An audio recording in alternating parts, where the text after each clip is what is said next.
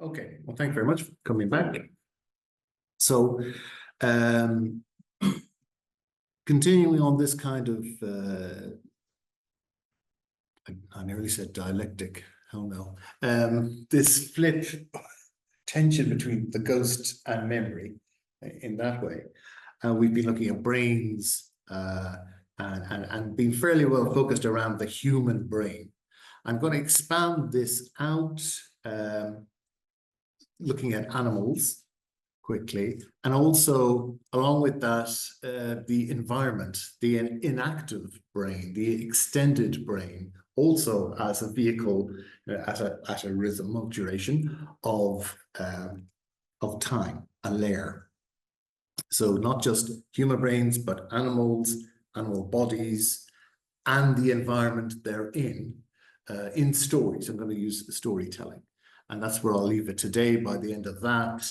And then tomorrow we'll go into whole kinds of worlds, a different kind of world overlaid on our world or interfering with our world, like, for instance, a Tati world, the Jacques Tati world that coexists with ours, with a slightly different idea of space, time, matter, sand, water, and all sorts of, and cause and effect, of course, that we call comedy. And what is the comedy if not the kind of incongruity or interference between different kinds of worlds, temporal rhythms? That's the idea, basically. I just spoiled it, but anyway. Okay. One idea of the phenomenon of appearances and/or our experiences of them is as mere flotsam and jetsam, inconsequential layer floating on the surface of hard reality. Kathy's at the window, like in Wuthering Heights. The ghost. Yeah, you come in. It's so cold. It's so cold. Let me in through the window. Oh. Right. You don't get Kate Bush being sung in many other concerts. Take that if nothing else as your take-home message. Right. Even if such thing is the slightest. Oh, sorry. So that's the idea. It's surface, it's epiphenomenal, it's unreal, it's minimal, expendable, it's indiscernible or imperceptible even.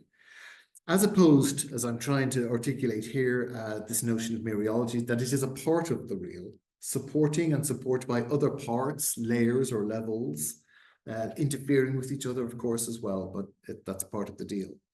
And even if such things are the slightest, most statistically and probabilistically minimal quantity, and of course, minimal quantities can get pretty small, even then, they are not nothing.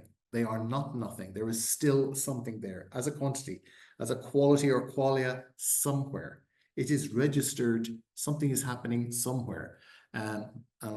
Bergson makes a lot of this notion. He says, but if there is nothing unforeseen, no invention or creation in the universe, time is useless again. Time is invention, or it is nothing at all. If there is time, time exists means therefore there is not nothing. Wherever anything lives, there is open somewhere a register in which time is being inscribed. It's interesting that therefore time is being inscribed, and you, the living thing, and of course living, everything is kind of alive, but some living things think that they're the only things that are alive. You are the storage, if you like, or the conduit through which time, temporality folds itself, to use a kind of Thomas phrase.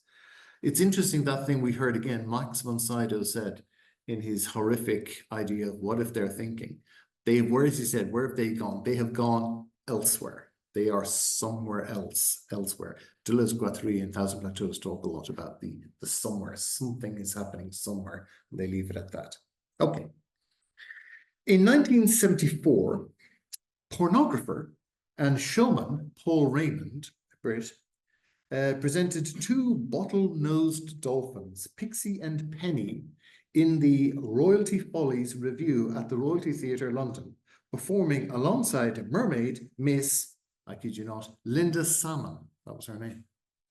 At the climax of the show, dubbed Flipper Stripper, a 65-ton glass dolphin tank rose through the stage as the dolphins stripped Miss Salmon of her bikini.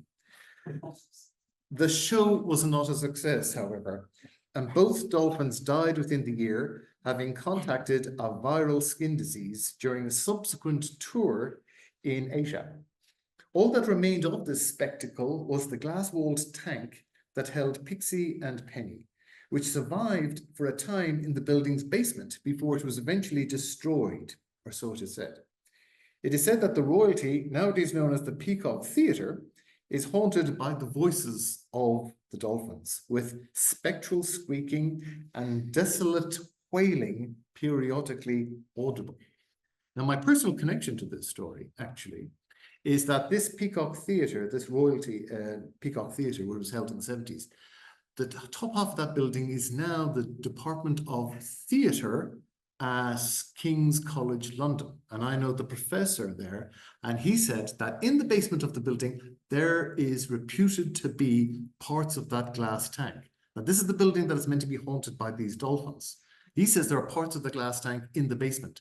So me and a friend, we went with the professor straight out of Scooby-Doo, saying, well, this sounds like a mystery. We're going to find out what's going on there. We went down to the basement, and we were told by a caretaker that there's nothing to see here, go away. But just as in Scooby-Doo, I suspect the caretaker is up to no good. So we will return. Okay. Dolphinaria were very popular throughout Britain in the 1960s and 70s. What's happened there? Oh, that's okay. I think we have enough. One of them, the London Dolphinarium, opened in 1971 on 65 Oxford Street. These dolphins of Oxford Street, as they were known, were kept in a basement pool that was 3 meters deep, 14 meters long, and 6 meters wide, barbaric in other words, with a holding pool of 2 by 5 by 4. Run by a company called Pleasurama Limited, the Dolphinarium's star attractions, Brandy, Sparky, and Bonnie, performed for families in pantomimes like Robinson Crusoe on Dolphin Island. This is the 70s. You're too young to know, but it was a strange decade. I had lots of good stuff and weird stuff too. They worked alongside aquamaids who swam with the marine mammals and enticed them with fishy tidbits. It is said, alas, that the males were also treated with anti-androgens to prevent them from making advances on their female co-stars, human co-stars. Yet the London Dolphinarium too was marked by fatality. One of its performers, Sonny Boy, died of an unknown cause midway through the attraction's short existence. As representatives from Pleasurama Limited admitted, quote, dolphins do suffer from heartache or psychological problems sometimes, almost like humans, unquote. The London Dolphinarium closed in 1973, and its site on Oxford Street was demolished in 2012, though it is claimed that remnants of its blue-painted tank can be seen in a cellar off Soho Square. Worth seeking out now on your next tourist trip to London. Now, these incidents surely inspired one of the strangest episodes of sci-fi writer Nigel Neal's 1976 TV show Beasts, which comprised 6 stories written for television on the topic of animal hauntings. The originality of Neal, most famous for his Quatermass stories of the 1950s, was always his ability to naturalize horror and sci-fi. Well, sci-fi naturalizes itself, but his kind of sci-fi horror amalgam, as in Quatermass. He naturalizes it, whereby he would strive to remove all supernatural elements from his otherwise fantastical stories. For example, in his earlier TV show, The Stone Tape, 1972, he explained ghosts as artifacts of architectural memory. As the late Mark Fisher described it, quote, particularly intense phenomena are literally recorded by matter, by the stone of the room, unquote. The house becomes an analog recording device. In other words, if the replay of ghosts or memory is not a matter of spatial storage in a brain, for instance, as I've been arguing, but rather a kind of temporal continuity or heterogeneous continuity, then what is the mind or player that attends? Playback too must be seen as temporal, not again as some sort of storage device. The ghost becomes traces or engrams, left in a place or as a place, the life, its legacies and arrangements. It's not just the brain. The storage device is a conduit, a transferal of movement, but at a different slowed rate. And now we're talking about, as we'll see in this story, glass tanks and environments. The extended mind thesis, but which is fairly plausible and respectable and mature theory in philosophy of mind, that the mind is extended by the artifacts it uses. I'm just moving that into the area of time travel, ghosts, and as you do, why not? In Neil's Beasts, that material naturalism becomes even more architectural. In the second episode, called Buddy Boy, a pornographer wants to convert an abandoned theatre into a porn cinema. The problem is that the old theatre was once a dolphinarium and is seemingly haunted by the spirit of one deceased dolphin, the Buddy Boy of the title, whose unnatural death is placed at the door of the theatre's previous owner, now driven out of his mind by this haunting. Neil must have heard of the events both at the Royalty Theatre, the Raymond's Review Bar, the pornography review, but also the tragedy of Sonny Boy, Buddy Boy. This is real research. This is I feel like a sort of historian in the archives rather than just making shit up like philosophers normally do. It is the absence of the dolphin throughout. So Sonny Boy inspired Buddy Boy's Revenge of Nature. So it's basically a revenge of nature. Instead of a Jaws going to eat up swimmers, instead we have a ghost dolphin haunting his previous tormentors.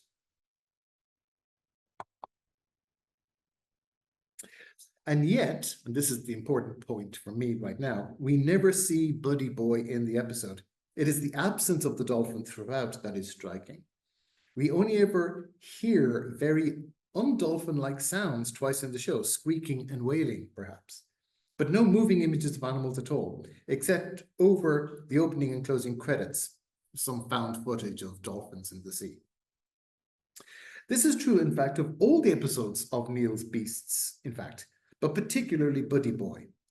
Indeed, in terms of a haunting, were we to follow the naturalism of Neil's The Stone Tape, then it is the dolphinarium, or things like it, such as a bath with water, as we later learn in the story, that houses or is the animal spirit of Buddy Boy. So the materiality of the ex-aquarium or a bath with water, these containments of water are the moving spirit of Buddy Boy that is doing the haunting. That's the kind of hint. It's not that there is a monster out there wearing a sheet or some other dolphin equivalent of a ghost.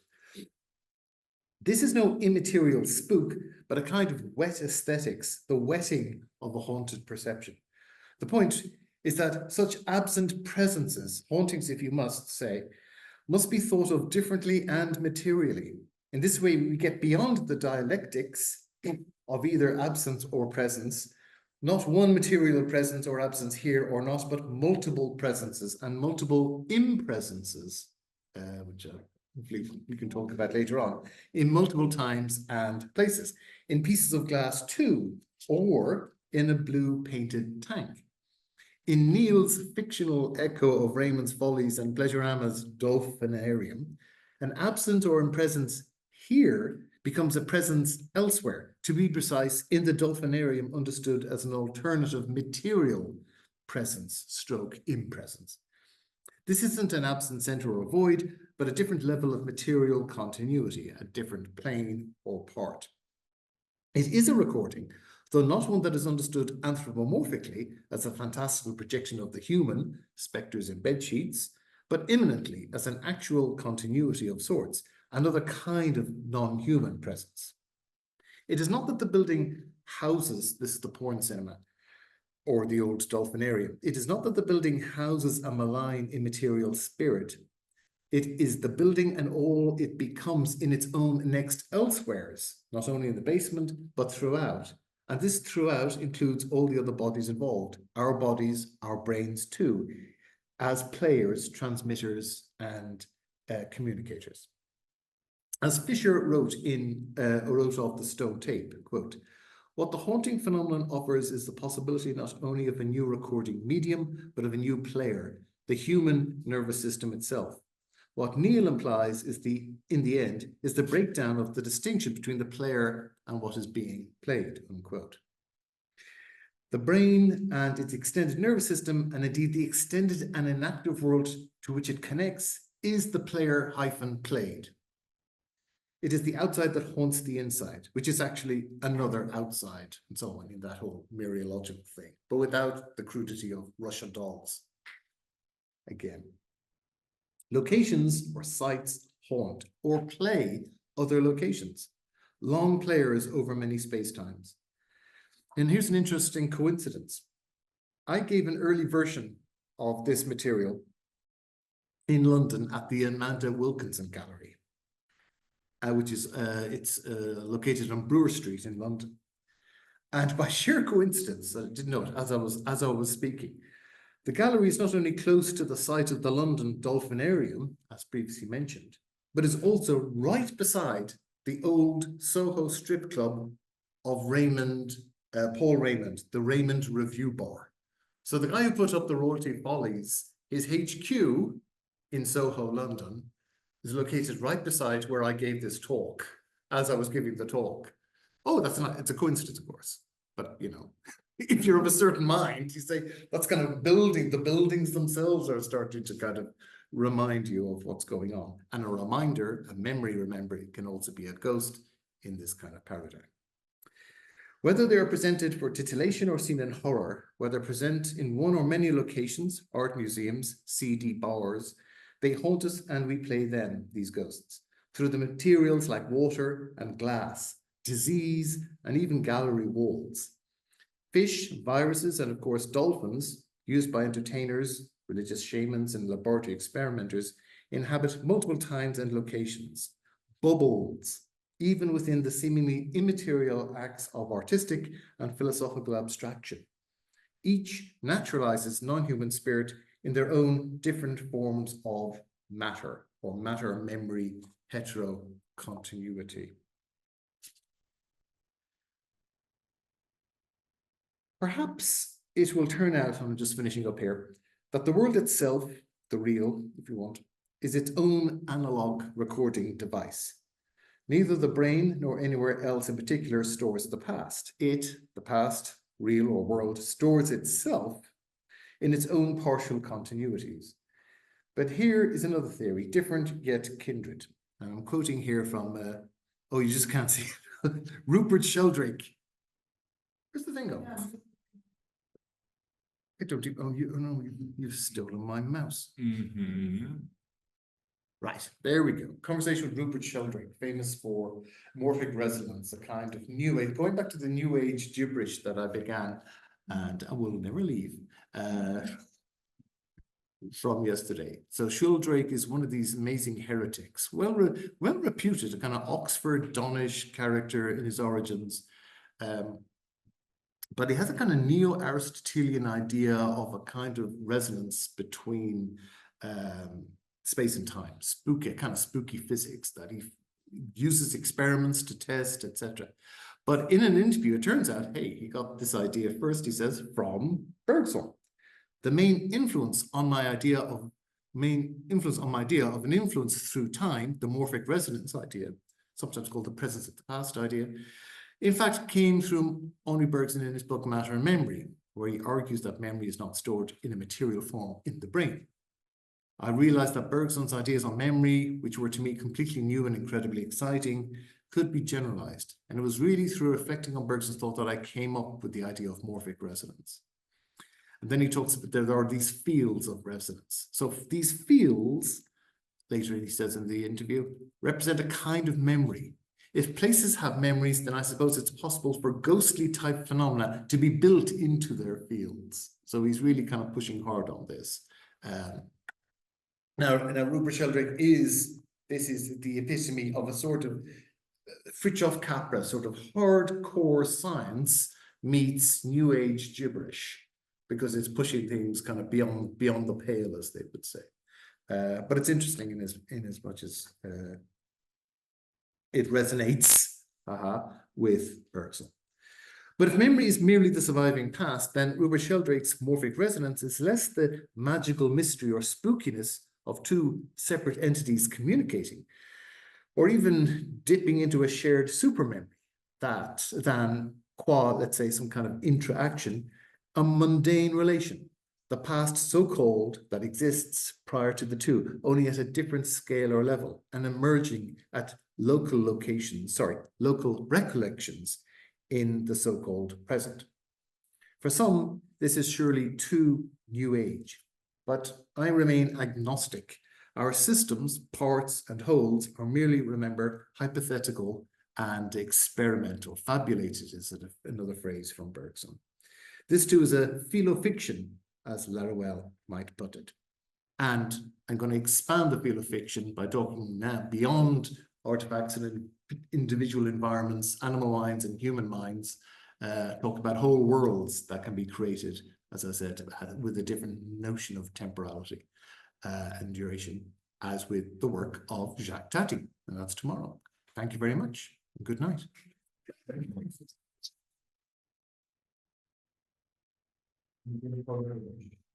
What? Yes, fish. And thank you for all the fishes. Oh yes, my favorite line. So we got a good half an hour, yeah. So or just lunch. Yes.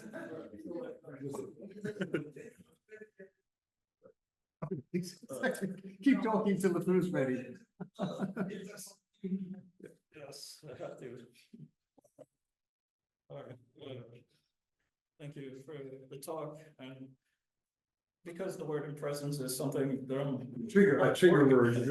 working on the triggered. I feel very triggered. But I guess just to ground it in what you've been talking about, I want to return to Umwelt. And so I was writing in my notes about like, well, now it's like material purposive Umwelt. Like, so what gets remained materially after the destruction of like the cage, the glass tanks is this matter, this residue of, I was like pain, like, so the crying of the dolphins gets haunted or re-brought back. And then I was writing like, these were functional containers, like the factory, the Agora, like when I go to Stageira, I want to shop, or something. But then I have like Heidegger's jug or Heidegger's vessel, like you meant, like if the Dolphinaria is like a vessel or like a Heideggerian box container, I don't know, these were, and also the difference between reminder or remainder. So like if you go back to the basement, will you be reminded of the dolphins, or will the dolphins remain and the remainders of like their echoes or something come? Okay, so in terms of Neil and the stone tape, so the stone tape thesis, again, I would say I'm kind of being sort of taking what I want from Spotsley. So whatever in its hyperbolic form, whereby there really is ghostly residues of absolutely absent. In this case, the stone tapes is about the death of a woman.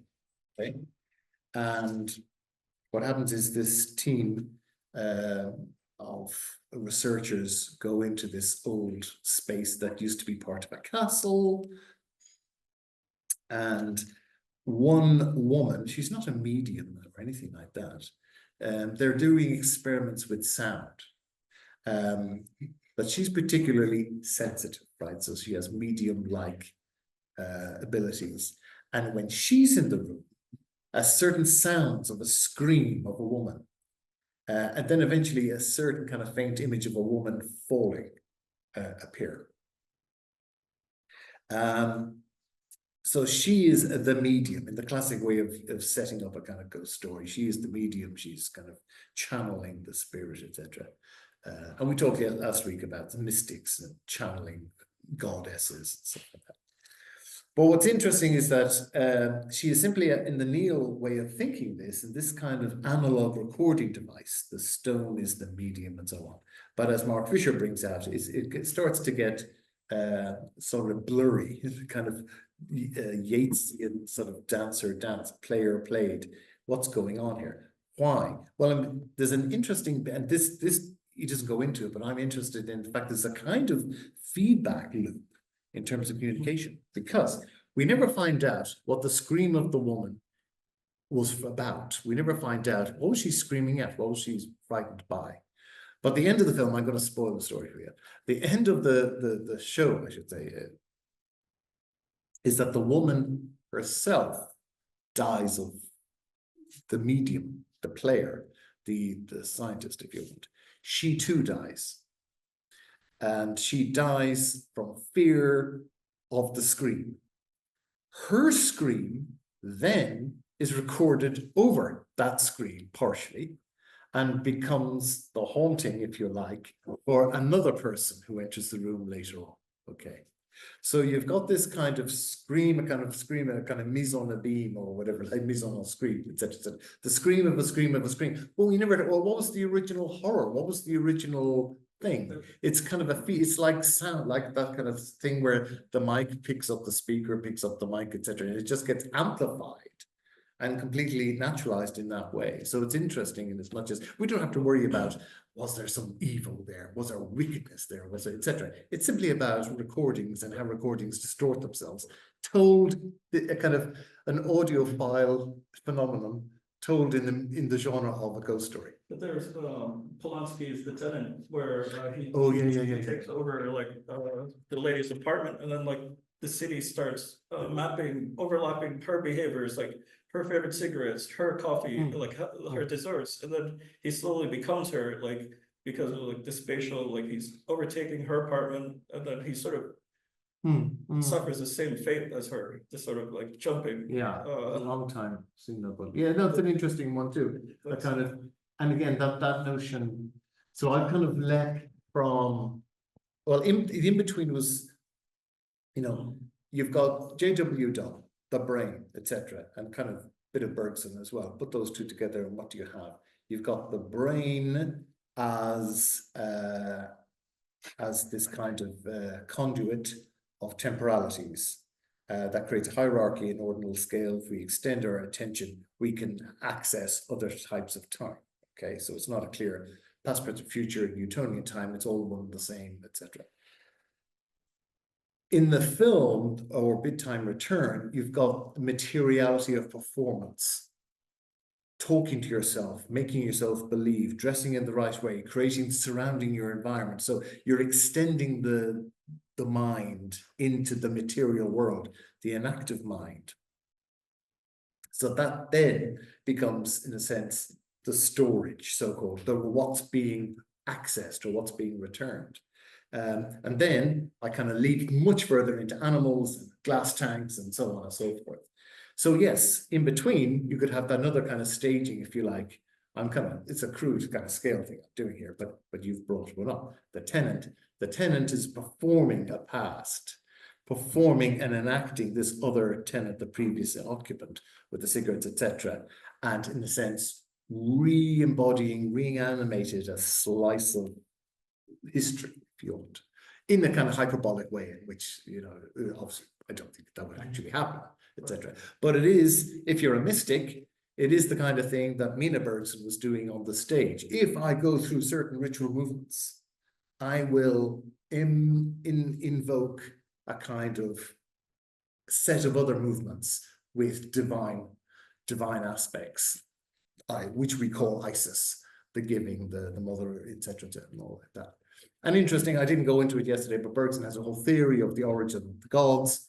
In the beginning, there was simply the spring. It's like, it's not totally original, but he puts it in a kind of process philosophy. There is the giving of water of a spring. There is the giving of water. That movement of water is the beginning of a kind of possible animism that is then extracted. So the materiality of the water is left behind, and then there's the giving of, as gift, of water, and then eventually it gets more and more anthropomorphized until it's got a beard and it's full of anger and all the rest of it. But it's the same idea. Movements re-embodied, recreate, or bring, not so much bring back the past, but rather make us see the present differently, such that the past never actually left, understood as movements. Oh, sorry, I hope that helps. But thanks for the example. I saw it a long time ago, but I'll go back. Sorry. Well, it's just a common, like something that I. You must sit in the chair. You must. Exactly. You're like the priest. I know. How long has it been since your last conference question? Be 3 weeks, Father, and a week. No, I think it's just a comment, but it reminded me of this really popular series that I saw on Netflix. It's a US series show. It's called Haunting of the Hill House. Oh, that's fantastic. And then it just reminded me of that, where the protagonist, she's haunted by this ghost and the house, and it's slowly the warped sense of time, only to sort of like reveal in the end that it's her own ghost that is haunting her, Yeah. and through different stages of life and time. So Yeah, that's great. Mike Flanagan has done lots of good stuff. His thing, Midnight Mass, is an amazing take. I'm not. It's too good to spoil, so I'm not going to say any more. But it's an amazing take on a certain genre of horror. But that thing, The Haunting of Hill House, which is a remake of it's a readaptation of a classic story that's been done many times, but it's done brilliantly. But there's an interesting little, on top of that whole circular ghost in time, etc. Because it's about a bunch of kids who were in a haunted house. I can say this, their mom died, some situation. They're all left the house, they've all grown up, but they have issues. They've all got carrying the burden of that past.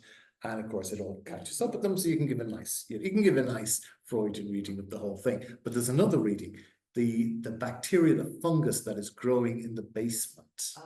You can go all micro on what's going on. And one kind of naturalism is simply saying, yeah, this fungus, and it's been known to happen, growing in the basement can make you hallucinate. So that would be the deflation, as in, okay, right. Oh, it's just that. But then the supernormalizer comes along saying, I know, it's the fungus. The fungus at that molecular level is the ghost, that is the haunting. And so it's not a mere hallucination, i.e. a false representation, but actually a certain kind of experience of temporality that has come to you in miniature form because of the fungus. But it's an awful lot about that. It's never explained. What's this fascination with this black stuff that's crawling up the walls in the house? They never confused, but I think this is one thing that I took away from that. They're talking about this warped sense of timing, where you're haunted by your own self. Yeah, yes, exactly. So that was thank you so much. Thank you. Yes. I can tell you in a very naughty boy. Yeah.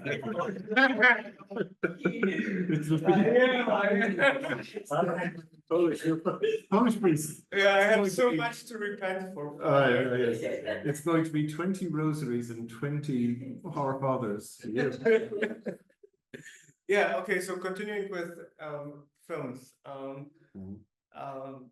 really think it was brilliant what you said about Talpa as the generated image, and then the case study of Empty Man.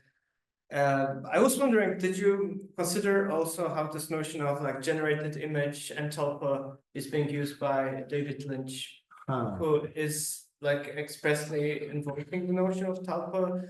But also the third series, Twin Peaks: The Return, actually also thematized this kind of temporal dislocations that you are talking about, which converge around the notion of the main protagonist, Laura Palmer, as a kind of generated tulpa, which is kind of exposed in a way in the third series, which has this almost like metal level. I don't know. So I haven't looked. I haven't. So my confession is that I haven't seen. Though I've worked in film studies in my time, I haven't seen everything by David Lynch or Hitchcock. So that's kind of like that. That's a sacking of it. Like amazing research with like his detective character, is actually Cooper, yeah. Cooper is trained spiritually to be on to detect the topos. And I'm gonna have to go back to it then, because obviously on the one hand, I think of when I look to Lynch for, corroboration of my facts, I think of cosmic evil, a Lovecraftian kind of universe, not with monsters, just atmosphere, just the whole sense of dread. So the use of sound, the use of light, the use of that sound design of background noises that are indeterminate, quasi-industrial, possibly psychological, all of that kind of fantastic, those bits I like. And obviously there's all the other Lynchian paraphernalia of red curtains and all that. I never saw the third installment. I tried to get into it. I just found the whole murdering of a woman at the start early on a bit too much. And but yeah, and the whole nuclear war, all that kind of bombs and all that. I'll try again. My general abuse of Lynch is in terms of that kind of that sort of horror of the dread, anticipatory horror through environment, through the sound design and atmosphere and styles of acting and so on like that. Like it's amazing. Lost Highway and things like that are amazing stuff. But I'll have a look. I'll kind of grit my teeth and get through the opening episodes of Twin Peaks 3. Oh, The Return. Yeah, sorry. Oh, right.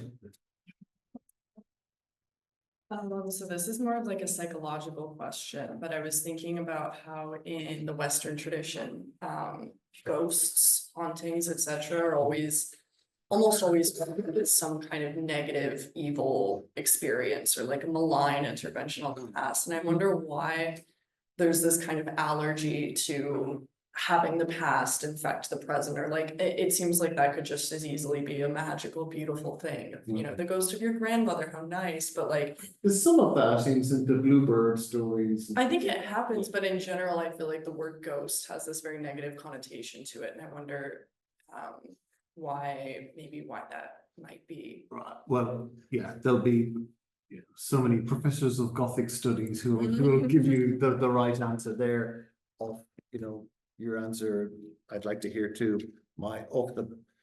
Something about revenge, atonement, unfinished business, the whole Japanese tradition, and J-horror is a very interesting take on that. But even earlier than that is this notion of the grudge. Well, that's Koreanism, or is it Japanese?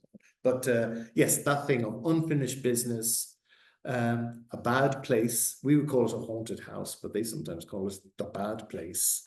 And something terrible happened, and there must be, in the Japanese ghost tradition, often a woman has been murdered. There's a lovely story of one of them where a samurai murders his wife, and her hair takes revenge on him. It's the ghost of her hair. The whole long black hair thing is coming out. And apparently in Japanese culture, again, no expert, but has that notion of hair as a kind of uncanny. It's kind of both alive and dead, because it still grows, and yet it hasn't, it's part of me and not part of me.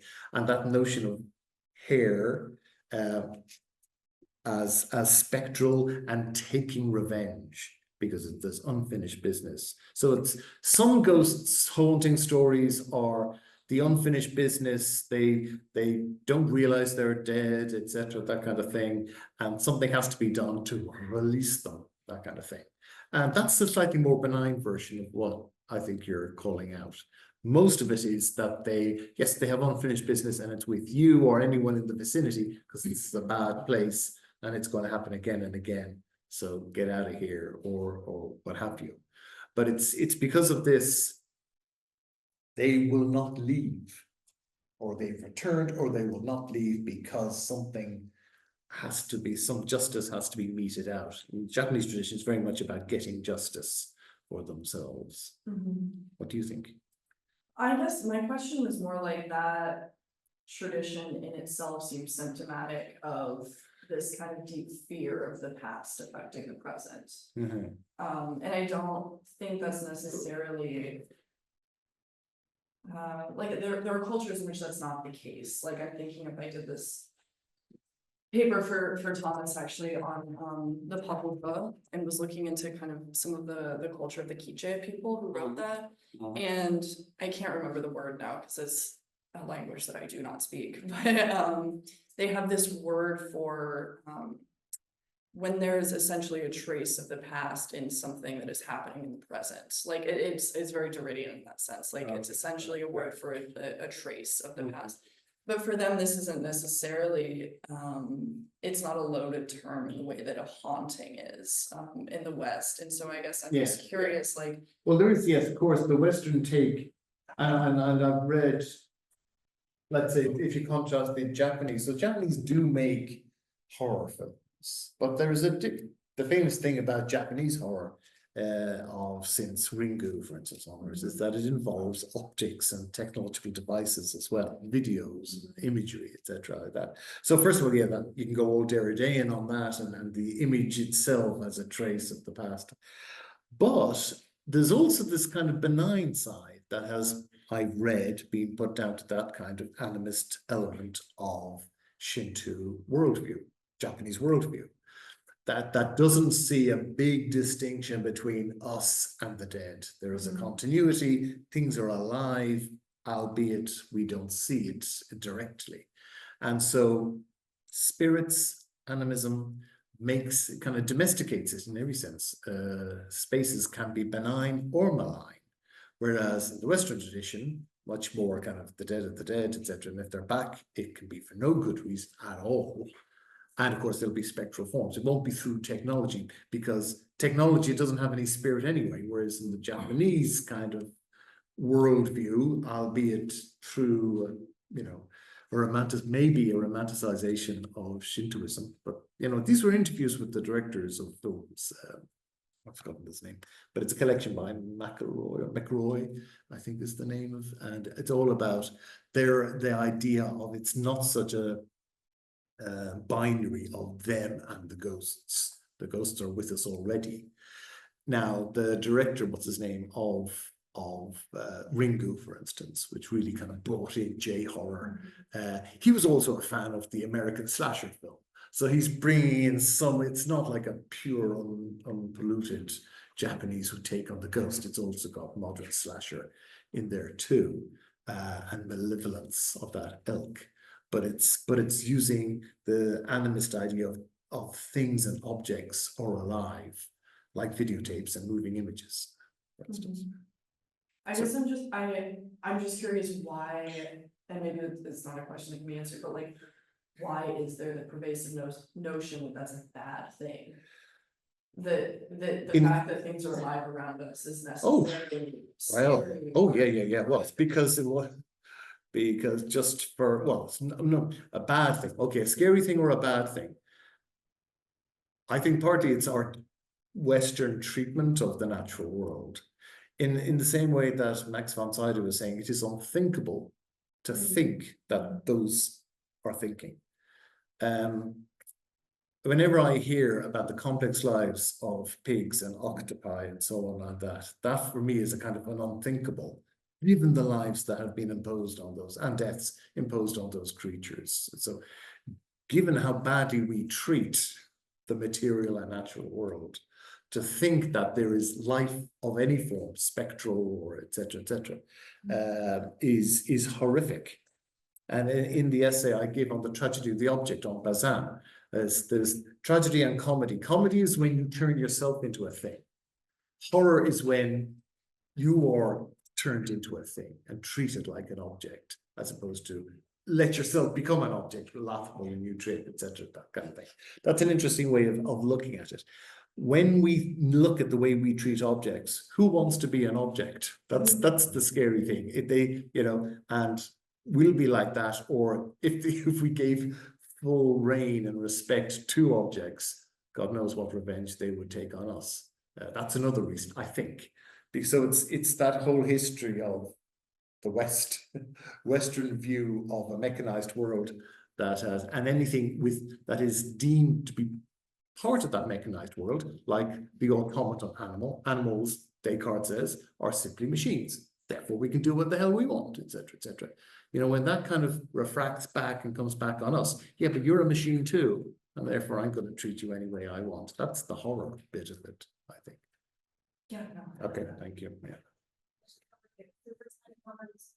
Will say that maybe it's not that much like fear of the past as much as the fear maybe of the in-between, which I feel, you know, like it comes back to this like either or question that we've been coming around the entire time, because we kind of expect things to be either in the Western tradition anyways, to be either dead or alive. And we also kind of, it probably has to do a lot with the Western highly like Christianized idea of transcendence of soul, I guess. So we kind of definitely expect that it's like a bad thing for a soul to be in between, like either you're a material body still, or the material body dies and your soul should transcend somewhere else. So I just think that like all of this is basically, this fear is very much rooted in like all the other topics that we were talking about in terms of the I was trying merit, to get at that, and I'll talk about it maybe tomorrow. So this idea, Bergson's idea of the comical as the mechanical encrusted on the living, so something that should be alive that is acting unalive. You're becoming, etc., or seemingly inert. That is comical. When it happens to you, when it's imposed on you, it is tragic stroke horrific. And interestingly, there's one of the big major theories of horror, art horror, I should say, Noel Carroll, and you come across it, and it's about the anomalous. So things that are neither one thing or other. The vampire, it is not dead, it is not alive, it is undead, etc., etc. The zombies, the werewolf, is it a human? Is it an animal? It's in between. And then you can get more elemental creatures that are fluid. They're not fully solid, they're not totally, etc. And of course, fluidic emissions from the human body, David Cronenberg, hello, all of that body horror, etc. Anomalous categories that don't fit in, according to Noel Carroll, and maybe he's being a bit Western here, they're intrinsically repugnant. I don't see necessarily why, but he thinks, being a good classical thinking logic guy, I presume, that in-betweenness is just repugnant and hence horrific, and that's what they're feeding on. The in-between we just don't like.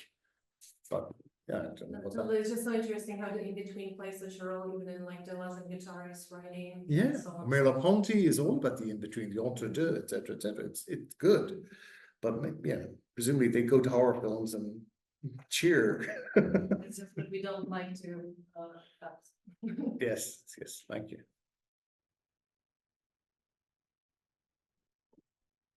You have something to confess, Katrina? Yes. Let's see if there is Nearly. anything in this room that wants to ask something. Okay, any other question, or would you like to finish? Okay, Okay. I think what you. Oh, Filippo. Oh, no, Filippo's up. There you go. Okay. Last man standing. Just unmute yourself. Filippo, you're muted. Yes, sorry. My question would be in relation to the concept of supernatural, supernormal in relation to time travel. So, couldn't this understanding of supernormal time travel, which I think, in fact, is it's close also to some kind of like accounts in psychoanalytical theory. Do you hear me? Yes. Yeah, psychoanalytical theory, like in a concept of regression, where like some kind the subject triggered by some kind of interaction with the environment that obliges it to embody a different, we can say, like a past version of herself, which can be like the traumatized one in Donald Winnicott. There is a wonderful 1970 text which is called Fear of Breakdown, which defines this a bit.